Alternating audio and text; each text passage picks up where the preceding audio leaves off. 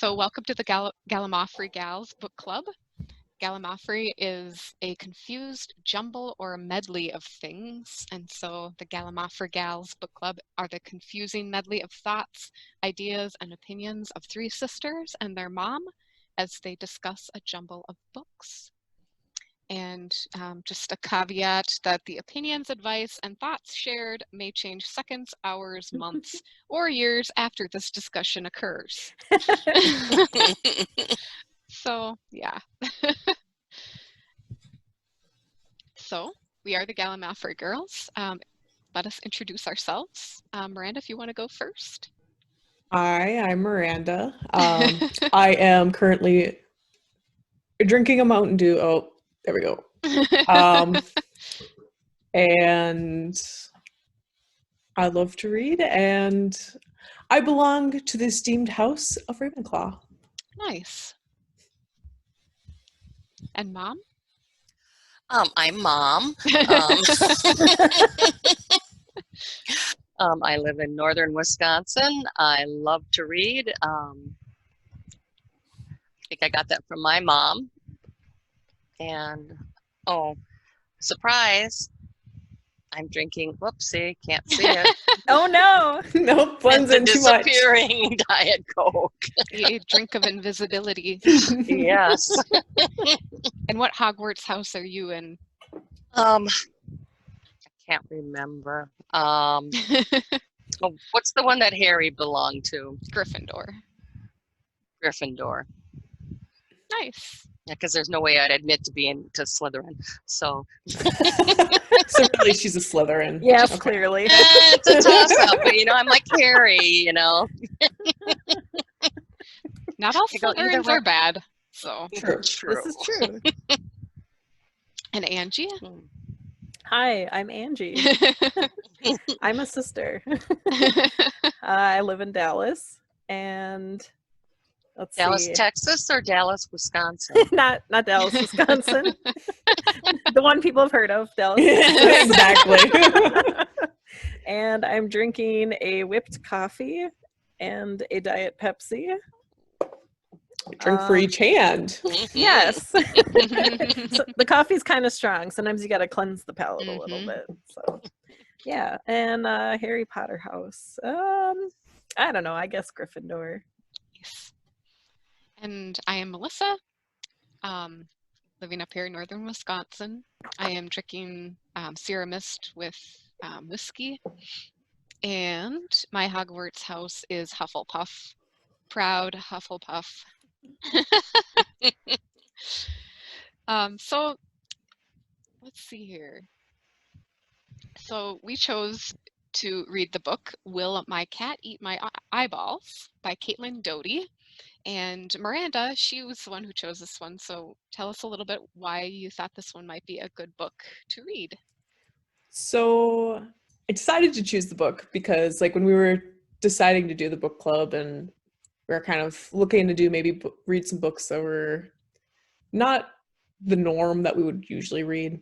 I know most of us kind of are more into fiction a lot of times and stuff like that. So, and while death doesn't bother me, like some perhaps, I was curious about what a magician had to say about being dead and death. And also when I saw that kids were asking the questions, it had me intrigued more because they have more interesting ideas sometimes than adults. And they think of things that we don't necessarily always think of. Awesome. Yeah. So I guess we can just kind of go through what was each of our impressions of the book. Starting with Miranda, I guess, because you chose the book. And let's try to avoid putting it on a scale, because we're gonna do a little scale thing, like on a scale of 1 to 5. So just overall impression, I liked that it made me think about, or I didn't expect it to, things like that. Sure. Overall, I enjoyed the book. I honestly didn't expect it to explore some of the questions it did. And some of the answers were different than I thought they would be. And I was really surprised, and I enjoyed it. Nice. And Mom? I didn't know which order we were going in. I don't know if it shows the same order as it does for me, but my order is me, Miranda, you, and then Angie. I don't know No. if it's the same. Oh, okay. All right then. Okay. So I agree. I thought, well, I also wondered, would cats eat your eyeballs? I just assumed they would. And then it made me think about dogs. And then there were a lot of questions in there that it's like, oh, you know, why would someone ask that question? Yeah. And it made me think about a lot of things, and especially with the pandemic going on, it actually made me think a lot about my own mortality, which is a good thing. Yeah, I should say, we actually chose this book before COVID was really a thing. That's really. true. So Yeah. the fact that, you know, it just kind of fit into kind of being in context, that was completely accidental. Yes. That was just me telling the future. I'm Yeah, sorry, guys. yeah. I was just I letting mean, you know ahead of It time. is in our True. blood. It is. And Miranda, you do have a history of foretelling the future. So Sometimes it just happens. mhm. And what about you, Angie? Oh, I liked it. Yeah, there were definitely questions I didn't expect, and then just some of the answers that went into the detail they did was interesting and informative. And I also liked that each chapter was standalone, so you could Yeah. kind of just do chunks at a time. And if you didn't have time to kind of read it all, sort of like sit down and just like read it, you could just, you know, read a chapter or two and then set it down and come back to it a few days later, or read the whole thing at once, whatever. But Right. I like that it was kind of broken down into little segments like that. Nice. Yeah. Overall, I thought it was really interesting. I haven't really thought about like the physical aspect of death before for some reason. For some reason, like all of the different details and like from funeral to actual like decomposition details, like they've never really been on the forefront. So I guess it was just kind of like, oh, yeah, I guess there is a whole lot more to death than like, I mean, and that's something you know, but it's like, yeah, like it's not just about there's a funeral and then some people believe in the afterlife and some people don't. Like there's a whole like physical aspect to everything. So like I liked that it made me think about death in those terms too. Yeah. Mhm. So these are just a couple little quotes that I liked. Oh, I wanted to share too. I didn't know if you guys knew, but she does have a YouTube channel called Ask the Oh. Mortician. Oh, that's I didn't great. know that. Yeah, and she kind of just, I've watched a couple of them, and her humor definitely comes through in her book. So, but yeah, so if you're interested, these are just a couple of quotes that I thought would be nice to kind of open up with. We can't make death fun, but we can make learning about it fun. Death is science and history, art and literature. It bridges every culture and unites the whole of humanity. And it's normal to be curious about death, but as people grow up, they internalize this idea that wondering about death is morbid or weird. They grow scared and criticize other people's interest in the topic to keep from having to confront death themselves. So I just thought those were some interesting quotes from the author. Definitely, and I definitely feel that second one is very true. Oh, Yeah. yes. Most definitely. And when I've told people at work that this is the book we're having for our book discussion, they were like, oh, don't you think that's kind of weird? It's like, no, not really. It's an Yeah, I got the interesting same reaction. Yeah. Honestly, I told my husband I told Jay that I was reading it, and he's just like, of course you guys would pick something weird like that. It is really interesting. It so is, I'm yeah. glad we did. Yeah, I am too. but that quote is perfect though, because Yes. right, there's sort of like, if something's not mainstream, like people are sort of like, oh, I don't want people to think I'm weird, I don't know, Right. and talk about it. And it's like, Mhm. well, it's only weird if you make it weird. Aren't you curious? Exactly. Yeah, Right. yeah. If you're curious, Yeah. just talk about it. I don't know. Exactly. For sure. Yeah, so I guess we did our overall impressions already. I like your thumbs up. Yeah, exactly. How fitting. Yeah, you like that? Yeah, nice slides. You did an awesome job on these, by the way. They're awesome. Yeah, so I guess we just have a couple discussion questions and that we all came up with. Really good questions. I don't know if you guys have your books like in front of you or if you, however you have it, but I guess on a scale of 1 to 10, how creepy is your pet consuming your body to you? Like, how creepy is that? Honestly, I'm about in the middle there. Like, I think it's about a 5. Since I don't own cats, I don't really have to worry about that because she did. Go ahead. No, you go. I was gonna say they said dogs don't really consume you. They might nudge you or lick you, and your skin might come off. Oh yeah. They don't really eat you. Oh, I thought after that it said, "Don't worry, they would like rip you apart anyway." No. What? Now we gotta fact check. Oh, I think it did say Fact something check. about Ages eating. 1 through 3. I know cats did. Cats would eat like the soft parts, like your eyelids and your lips and stuff. But I think they had to. If they had to. They had to. That's with pretty much any pet. Like, oh yeah, your dog will totally eat you. Not man's best friend. Oh yes, Fifi Fluff will attack your corpse without remorse. Oh no. Yep. So I don't know. I guess if they don't have any food, they would. A goldfish wouldn't, but you know.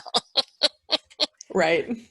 How would you feel about Modi eating your body? Oh.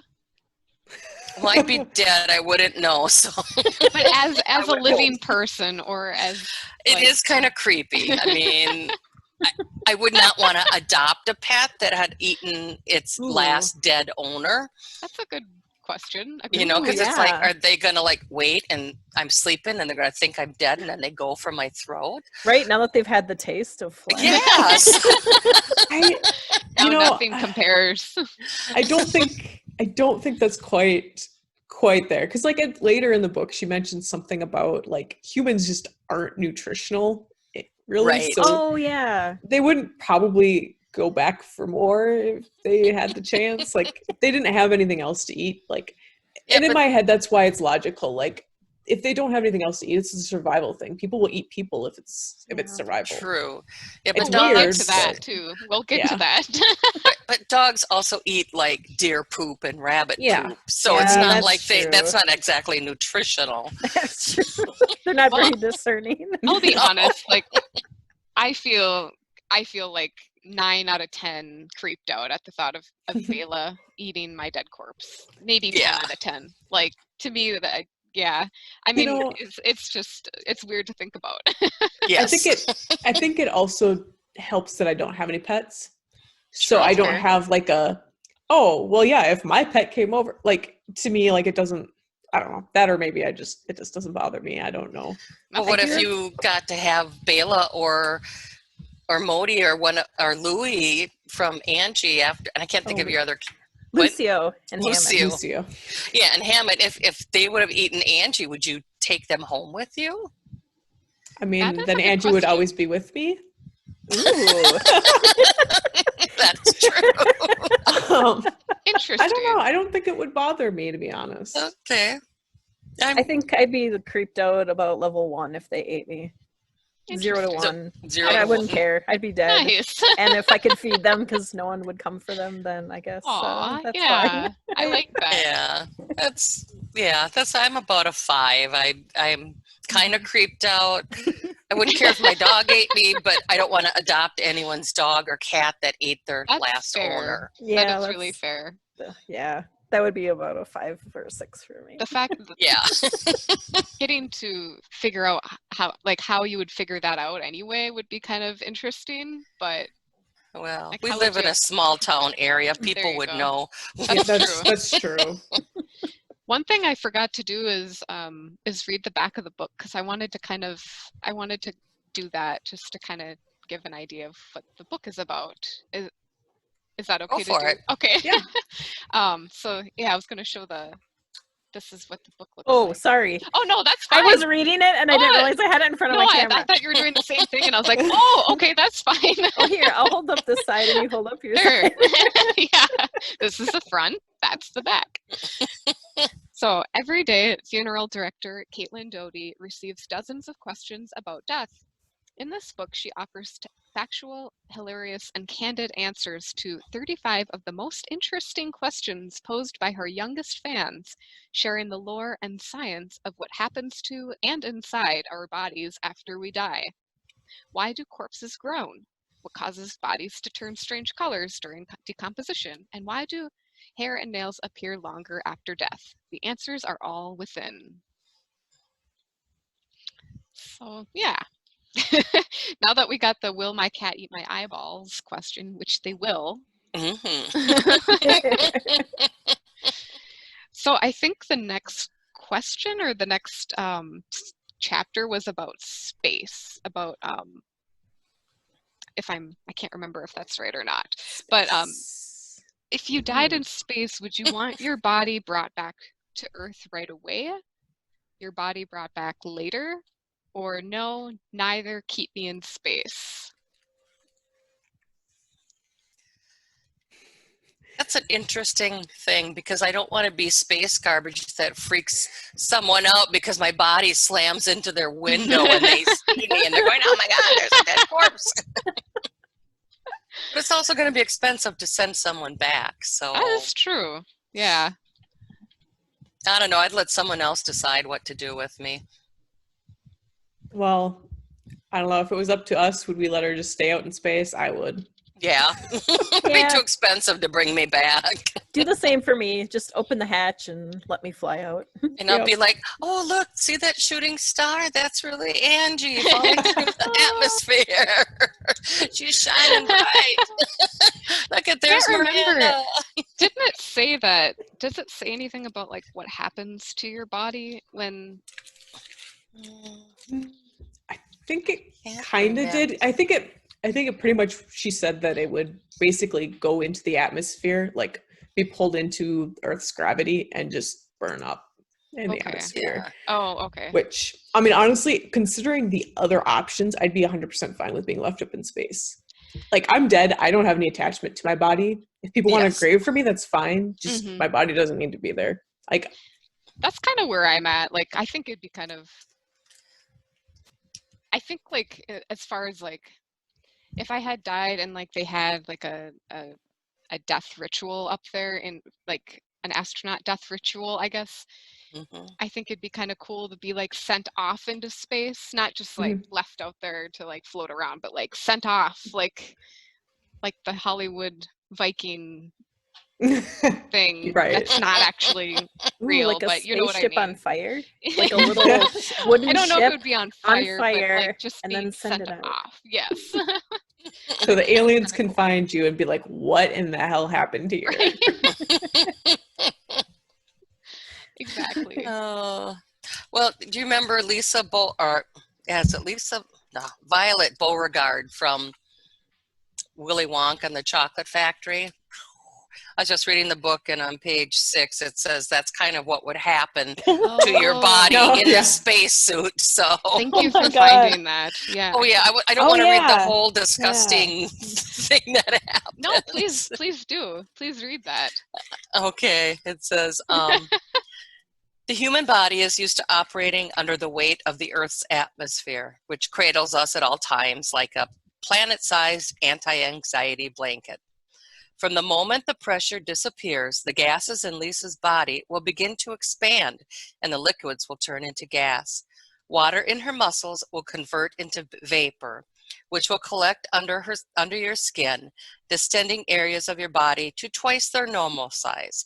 This will lead to a freaky Violet Beauregard situation, but will not actually be her main issue in terms of survival. The lack of pressure will also cause nitrogen in her blood to form gas bubbles, causing her enormous pain similar to what deep water divers experience when they get the bends. You will pass out in 9 to 11 seconds. It will bring merciful relief. Your body will continue floating and bloating, unaware of what is happening. And then they go on about, I'm not going to read it all. No, that's fine. Ooh, okay. Yes. New thought. If I die in space, before you open the hatch and push me out, you have to come up with an Oompa Loompa song. Oh no. Nice.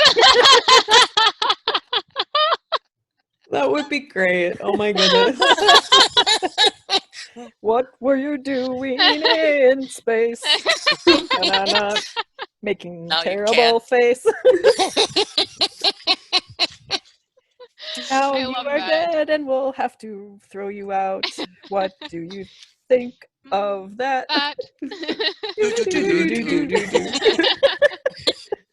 Oh my goodness. That would be amazing. Oh man. Yeah, that was an interesting concept. Yes. So I'm trying to think what was on page 9. I think it was about Mount Everest. Oh, all the dead Mhm. bodies Oh, there? yeah. Yes. I was like, That's creepy. my That my is. reaction was, wow, the Mount Everest is littered with dead bodies. Has anyone else heard of this? I have. Yeah. I hadn't heard of it. Yeah, every time you see anything on Mount Everest, they always mention Oh. all the dead bodies. Gotcha. So I guess one of my questions was, would seeing dead bodies cause you to turn back if you were climbing, if like you were not necessarily Mount Everest, but if like you were on some adventure and you were seeing dead bodies, would that Constantly deter you? along the same route. Yes. I think it would depend on if it was Mount Everest or not. If it was Mount Everest and I knew it was a thing, I would be a little less freaked out for it, but I still would be like, nope, and turn around because I'd be like, okay, I am not cut out for this. Like, but if it was some random hill and I saw a bunch of bodies, I'd be a little concerned. Yes. That's Let's go for a walk in the forest. And body, good body, point. body. Yeah, Like, Yeah. I'm definitely going to turn around now because there's a serial killer on the loose. exactly. On this path.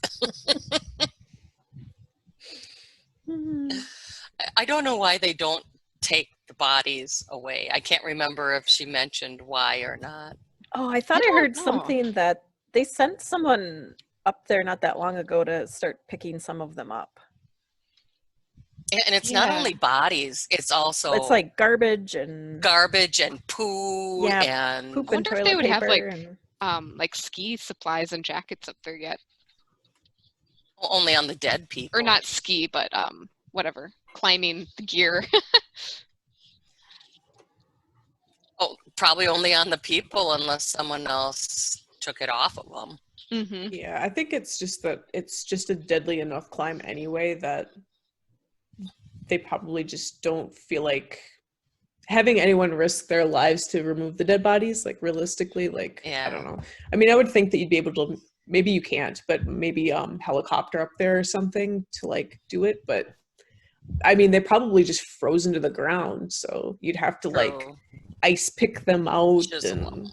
Yeah, there's probably just a lot of work involved. yeah. Well, yeah. Since Have it's you ever a s- destination. Yes. Have you ever seen pictures of people climbing Mount Everest nowadays? It's like Mhm. one giant line of one person after another going up. Oh, really? It's not. Oh yeah. It's like. Hmm. I don't. If you fell down, someone would just have to walk right over you. I mean, Oh, crazy.